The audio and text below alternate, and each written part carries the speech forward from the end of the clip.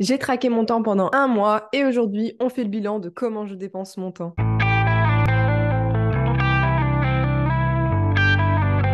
Hello à tous, ici Jade sans charge et bienvenue sur ma chaîne YouTube. Comme je le disais dans l'introduction, aujourd'hui, ça fait un mois que j'utilise l'application Toggle Track avec laquelle je traque mon temps. Je calcule un petit peu le temps que mes tâches me prennent pour voir le temps réel que je suis derrière mon écran, les temps que je mets pour faire mes tâches, que ce soit mes tâches clients, mes tâches business, tout. J'ai vraiment tout rentré pendant un mois. Même quand j'allais faire mes promenades, bon ça je l'ai fait au début, mais un peu moins à la fin. Mais on va vraiment faire ici le bilan de comment je dépense mon temps. Est-ce que moi je considère que c'est bien? Voilà, on va faire un petit peu un état des lieux de mon temps, voir comment je l'utilise. Tout d'abord, je voulais remercier aussi Emmanuel, qui est ma nouvelle assistante, nouveau bras droit qui m'aide vraiment sur la partie un petit peu réflexion, deuxième cerveau, un petit peu le rôle que je joue aussi avec mes clients. Mais ça fait plaisir aussi d'avoir une personne avec soi et qui m'aide aussi maintenant sur le suivi des élèves dans la formation System IO Power, dont elle fait partie également. Aussi avoir quelqu'un pour m'aider sur les montages qui me prennent énormément de temps pour la formation.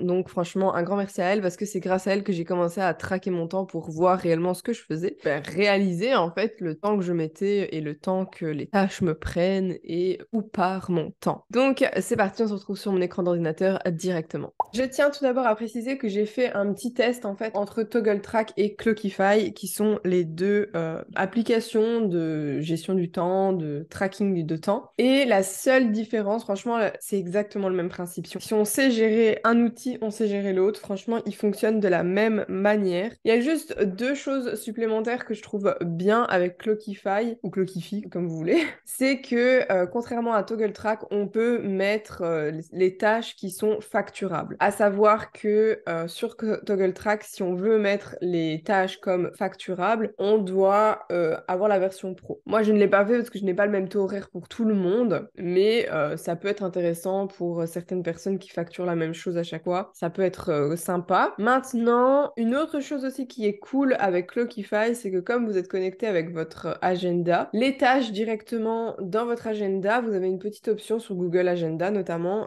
pour rentrer le temps en fait. Je vous montre ça tout de suite. Donc par exemple, quand on se retrouve comme ça sur mon agenda, si par exemple vous voyez ici haut de montage podcast, si je veux l'entrer comme une entrée vraiment de temps dans Clockify, on le peut et on le voit ici démarrer la minuterie. Donc ça, on peut directement le faire à partir de Google Agenda. Donc voilà, je clique dessus, ça me compte la minuterie ou alors ajouter du temps manuellement. Et ça l'ajoutera ici, on peut mettre le projet, ajouter des balises et mettre si c'est facturable ou non. Donc voilà, c'est quand même assez intéressant. Moi, je ne l'ai tout simplement pas utilisé parce que j'avais commencé à utiliser Toggle Track et qu'après, on m'a parlé de Clockify, donc j'ai voulu regarder, mais à part ces deux choses-là, il n'y a rien qui change. C'est vraiment le même principe. Malgré que vous pouvez sélectionner certaines tâches comme facturables, vous ne pouvez mettre qu'un seul taux horaire pour tout le monde. Donc voilà l'info à prendre. Donc une fois qu'on est sur Toggle Track, on peut connecter son agenda pour avoir, comme vous voyez, donc si on regarde par exemple la journée du 17, ici on est à la 17 mai, journée où j'ai commencé, j'ai réellement commencé le 18, mais bon là j'ai mis des blocs de temps manuellement. Mais si on regarde, en fait, on a vraiment la partie de gauche où c'est les vraies heures qui ont été calculées. Et sur la droite, c'est mon calendrier prévisionnel, façon de parler, ce que j'avais prévu de faire à la base. Donc ça peut être intéressant parce que, surtout, moi, je me connecte directement comme ça et je me dis, ben voilà, ce jour-là, je dois faire les nouveaux produits de Laura. Je clique dessus. Je vais appuyer sur Start Time Entry. Donc ça veut dire que ça va compter, ça va mettre en marche le chronomètre. Si je veux appuyer sur là, ça veut dire que tout ce créneau de temps va être compté comme une entrée de temps. Donc je fais le test. Voilà, vous voyez, ça me rajoute là. Bon, là, il met automatiquement le projet, etc. Vous pouvez cliquer dessus pour changer le projet, changer le temps et changer la description. Et on peut supprimer également. Donc voilà comment je fais pour utiliser en tout cas mon Toggle Track. Et maintenant, on va aller voir dans les reports, donc vraiment faire l'analyse de mon bilan pendant un mois. Donc on va compter à partir du 18. Donc je vais faire du 18 mai au 18... Non, pas du tout.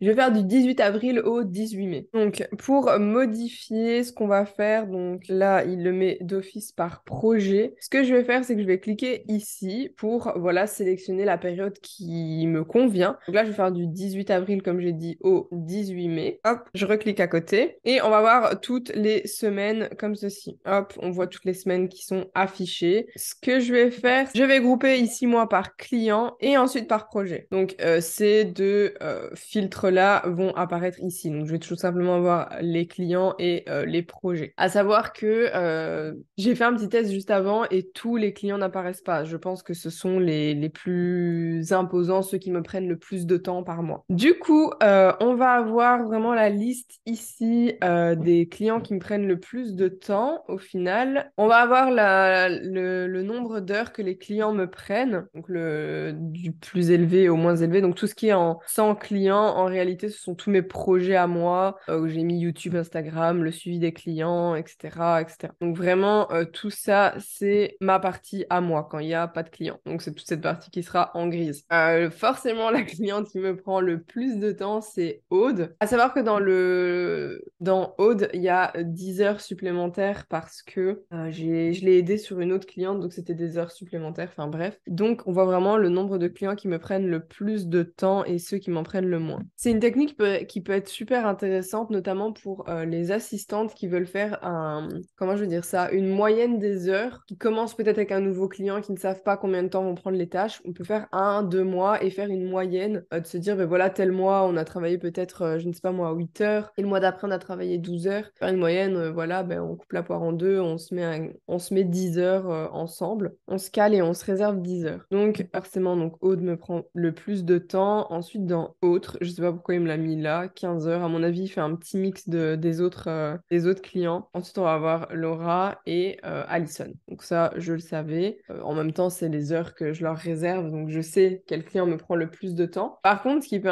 être intéressant, c'est de grouper par projet. Donc là, j'ai Autres. Forcément, je ne sais pas ce qu'ils considèrent dans autre, mais j'ai déjà tout ce qui est montage YouTube et de podcast, je le sais que c'est Aude encore. Ensuite, j'ai tout ce qui concerne System.io Power. Ensuite, tout ce qui concerne YouTube et ce qui concerne Instagram. Donc forcément, c'est ma créa de contenu.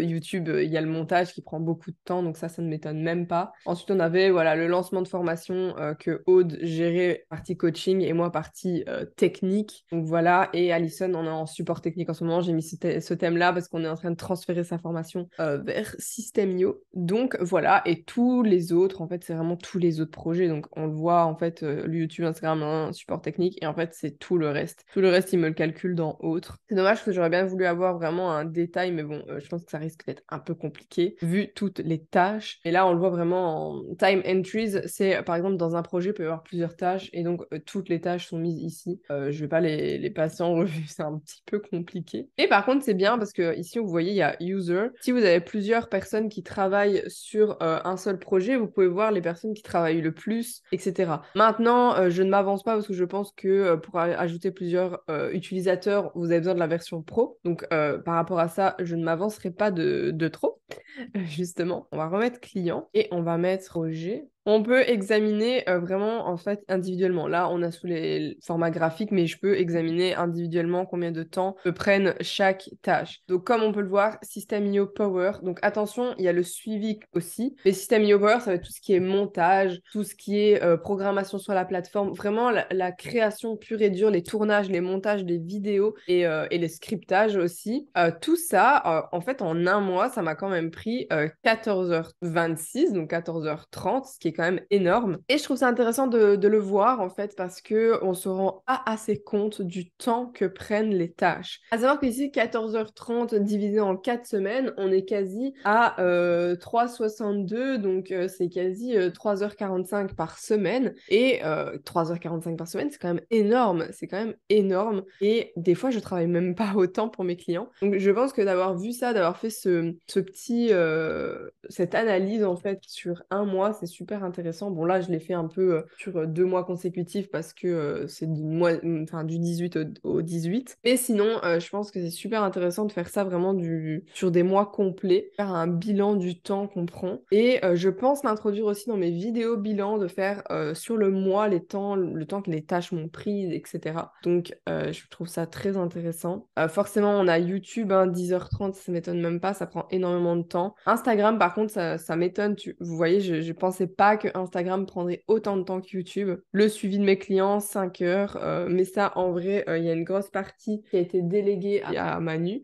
Du coup, je pense que sans ça, j'aurais été encore plus que ça. Et je trouve que 5 heures, surtout qu'au début, il y avait vraiment tout l'engouement du début, etc. Ensuite, après, maintenant, comme il y a eu beaucoup de vidéos qui ont dû être filmées, tournées, elles ont dû attendre avant d'avoir la suite. Donc voilà.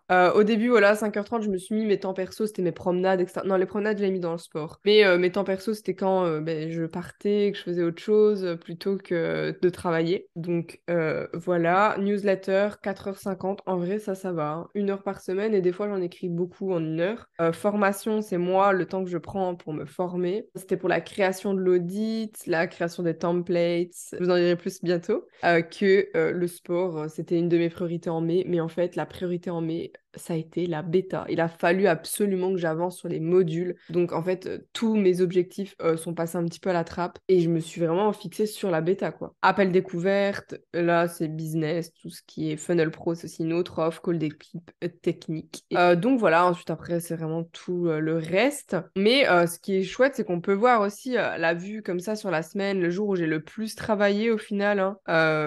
Ça va être en fait le jour du 20 avril. C'était pile avant que je sorte mes nouvelles offres, donc ça ne m'étonne même pas. Et on peut cliquer dessus, je pense, pour avoir vraiment une vue. Donc là, on était en sommaire, on peut avoir en détaillé. Et donc là, c'est chouette parce qu'on a vraiment toutes les entrées de temps. Le projet, le client, là ceci a une étiquette, l'utilisateur, le temps que ça a pris et vraiment l'heure de départ, l'heure de fin et la journée. On peut les supprimer, le dupliquer, aller au projet. Donc ça, je trouve ça très chouette. On peut voir par semaine également tous les projets sur la gauche, ensuite le lundi, le mardi, le mercredi, jeudi, vendredi, samedi, dimanche. Donc là, on voit en fait par projet quel jour on a travaillé dessus en fait, tout simplement. Savoir si on a travaillé un petit peu tous les jours dessus. On peut également en fait, quand on est dans le sommaire, afficher différentes vues. Et donc voilà en ce qui concerne mon petit bilan de Toggle Track et de comment j'ai traqué mon temps. Nous voilà à la fin de cette vidéo, j'espère qu'elle vous aura plu. En tout cas, moi ça m'a fait plaisir de faire une vidéo comme ça, bilan. Je me rends compte que j'aime de plus en plus faire ce genre de vidéos. N'hésitez pas, vous aussi si elle vous a plu cette vidéo, à vous abonner, à liker et à mettre un petit commentaire, ça m'aide énormément et ça soutient ma chaîne YouTube. Et je vous dis à la semaine prochaine pour une nouvelle vidéo. Ciao!